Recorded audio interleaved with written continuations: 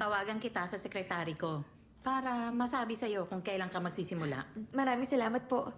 You're welcome.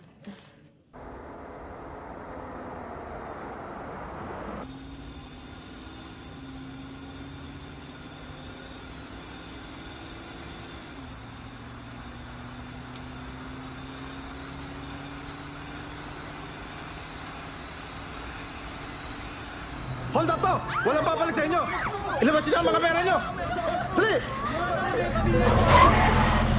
Tumingin!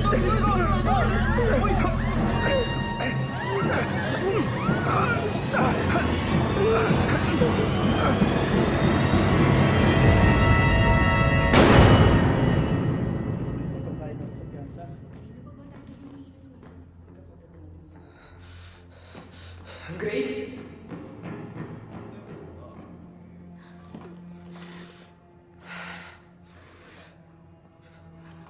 Ano nangyari, ha?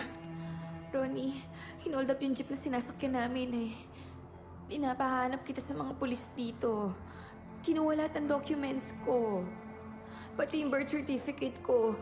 Diploma. Ronnie, lahat yun original. Hayaan mo na. Ang importante, ligtas ka, ha?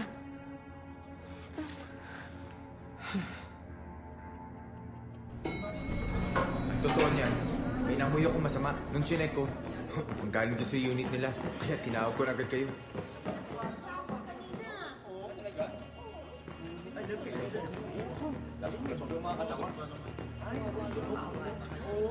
Paalala kayo dyan, sir. Kami na paalala rito. Yung mga estudyante, naririnig ko pa sila kanina. Pumasok ka muna sa loob, ha? Masyado ka ng stress ngayon, eh. Tatanungin ko lang kung ano nangyari dito. Sige na.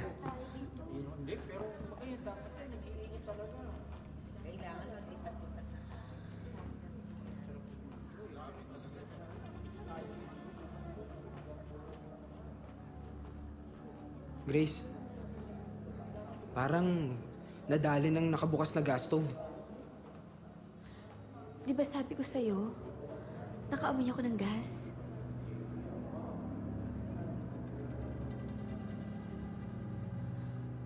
Halika na.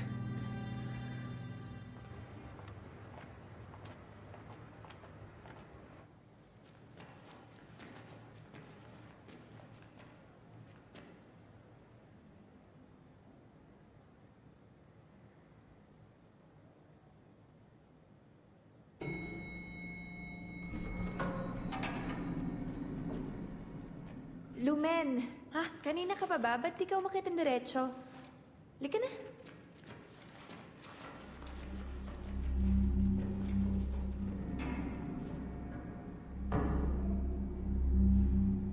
Tumbok pala tong kinatatayuan nitong building na to. Ayan o, tignan mo sa harap. Tumbok yan.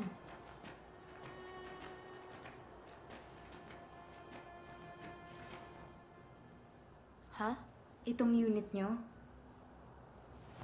Tumbok na tumbok sa tumbok. Ano nga ba ibig sabihin kapag nakatayo sa tumbok ang bahay? Mamalasing ka. Lahat na nakatira dito, dadapuan ng malas.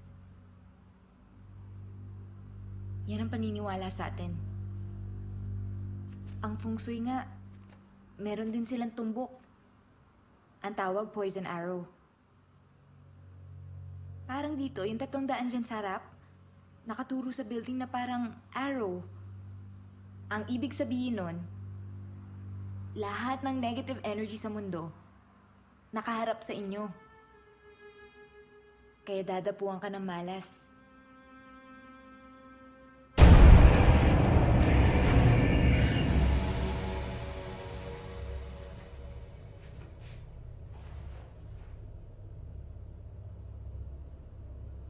Lumen, simula nang lumipat kami dito, kung ano-ano na nangyari sa amin. Na-aksidente kami ni Ronnie. Tapos may nararamdaman ako dito sa loob ng unit namin. Yung batang naririnig mo umiiyak, narinig ko na rin.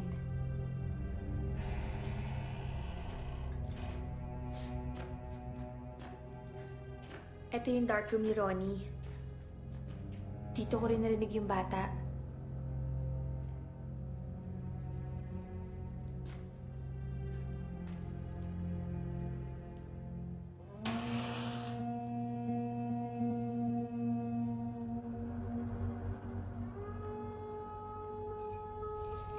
Christus crucifixus est.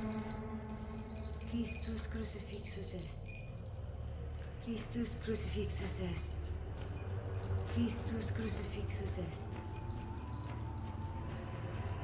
Christus crucifixus est.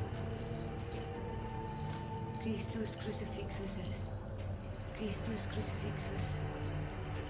Christus crucifixus.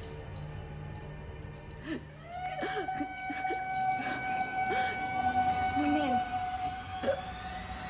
Dito! Dito malakas yung negative energy. Dito natin lalagay. Para maharang yung negative energy galing sa labas. tingin mo titigil yung pagpaparamdam ng batang babae? At nung sanggol? Masyado malakas yung negative energy na nararamdaman ko. Sa tingin ko dapat kausapin mo si Ronnie. Maghanap na lang kayo ng ibang matitirahan.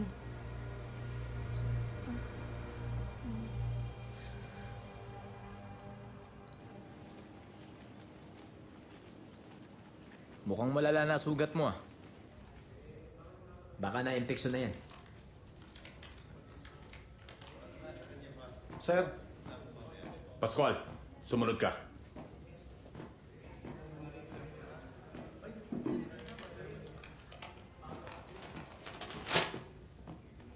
Ikaw may gawa niyan?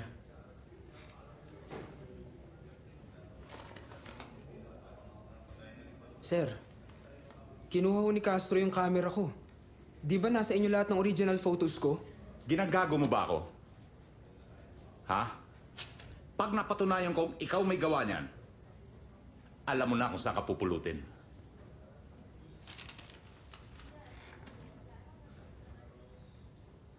Pakisabi kay Insan, hindi ko na siya mahihintay. Sa susunod, isasama ko na lang si Inay. Mag-ingat ka, ha? Ikaw ang mag-ingat, Insan.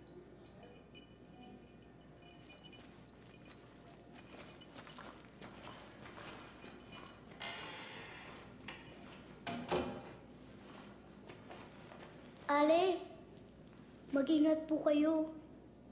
Anong sabi mo? Sabi po ng kaibigan ko, mag-ingat daw po kayo. Sinong kaibigan? Si Yumi po.